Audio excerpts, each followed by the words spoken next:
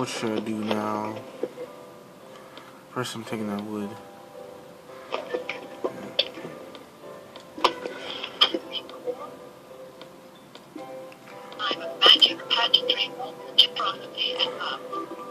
What?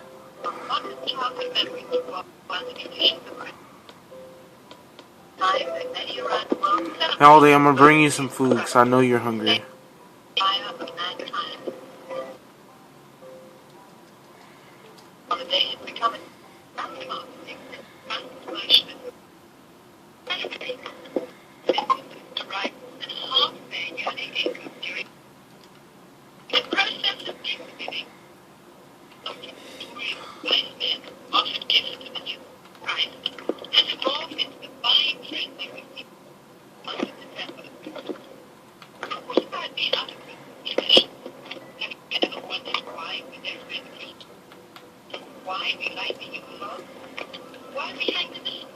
Why?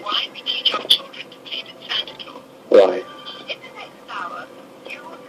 Next hour? Hold up, bitch. No. End of the video. What you doing, Afro? This bitch thought she was about to talk to you for an hour? Oh, Kyle went offline. He thought we went offline.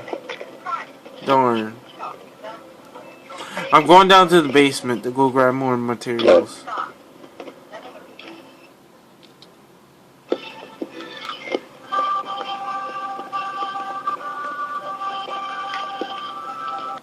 Oh, let's see. Anything I could use. Yeah. Take that. No.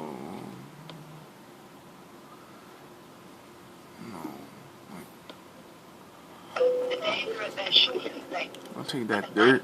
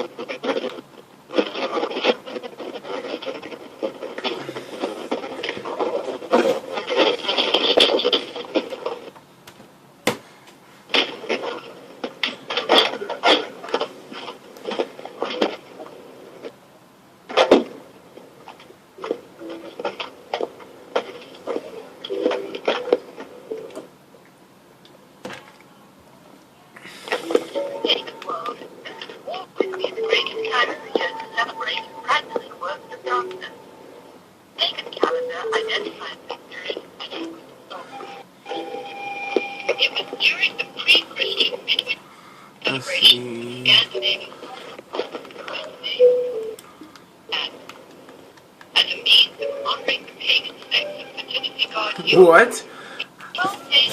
All I hear is maiden sex. Large single log considered to be a phallic idol was lit on fire and kept burning for 12 days. Animal or human sacrifices were offered in the fire on each of those days. Wild, delirious reveling accompanied the daily sacrifices as drunken participants violently strove to make contact with spirits. 1,000 miles away in pre-Christian Rome, celebrants were paying homage to their own gods during the winter solstice. Witchcraft traditions hold that a number of pagan gods were given birth during this period, including Dionysus, Attis, and Baal, chief male god of fertility and licentiousness. Another pagan god from Persia, identified as Mithra, was said to have been born specifically on December 25th. Mithra was the god of the unconquerable sun, the god of the light between heaven and earth, worshipped at that time by an influential Roman cult. His birth symbolizes an end to the long nights and a return to the dominance of the sun. During the months-long winter solstice celebration, the courts in Rome were closed. Any and all crimes were allowed. What? Cross-dressing, and uncontrolled debauchery reigned supreme. Rome's order was turned upside down. Even children were allowed to join in the drunken orgies as part of the jubilation. What? Oh, they paused that for a second. She just said even children were allowed to join in the drug and orgies. Yes. Oh God. I'm done. I'm done with I can make history. a wish he was in Rome a few years ago. That was bootleg. You should have seen the picture she had up. It was kids kissing and twerking. Wow. It Alright. wasn't actual kids, it was stones. 1, 2, 3, 4, 5, 6, Seems 7, legit. 8. Let's see. 1, 2, 4, 5, 6, 7.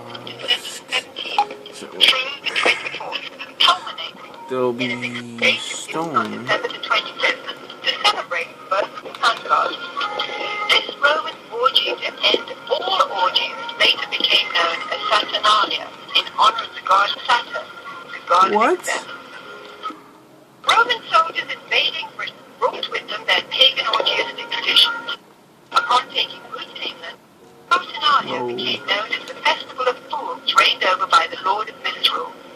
By the 4th century, the influential government-sanctioned Church of Rome, unable to outlaw the growing number of pagan practices, chose instead to adopt them into their so-called official Christianity. The Church believed this would attract more pagans to their fold. Up until this time, the birthday of Jesus Christ, the Jewish Messiah, had not been celebrated at all. Ignoring scriptures, however, indicating that the birth probably did not occur during the winter, the Church nevertheless confused biblical history and made Jesus' birthday coincide with the pagan god Mithra. The birth date of the sun god has now become the birth date of the son of God. It was hoped that the pagan celebrations of Saturnalia would merge into this new sanctioned form of Christianity. The Church's practice of changing the dates of Christian events to coincide with pagan festivals continued.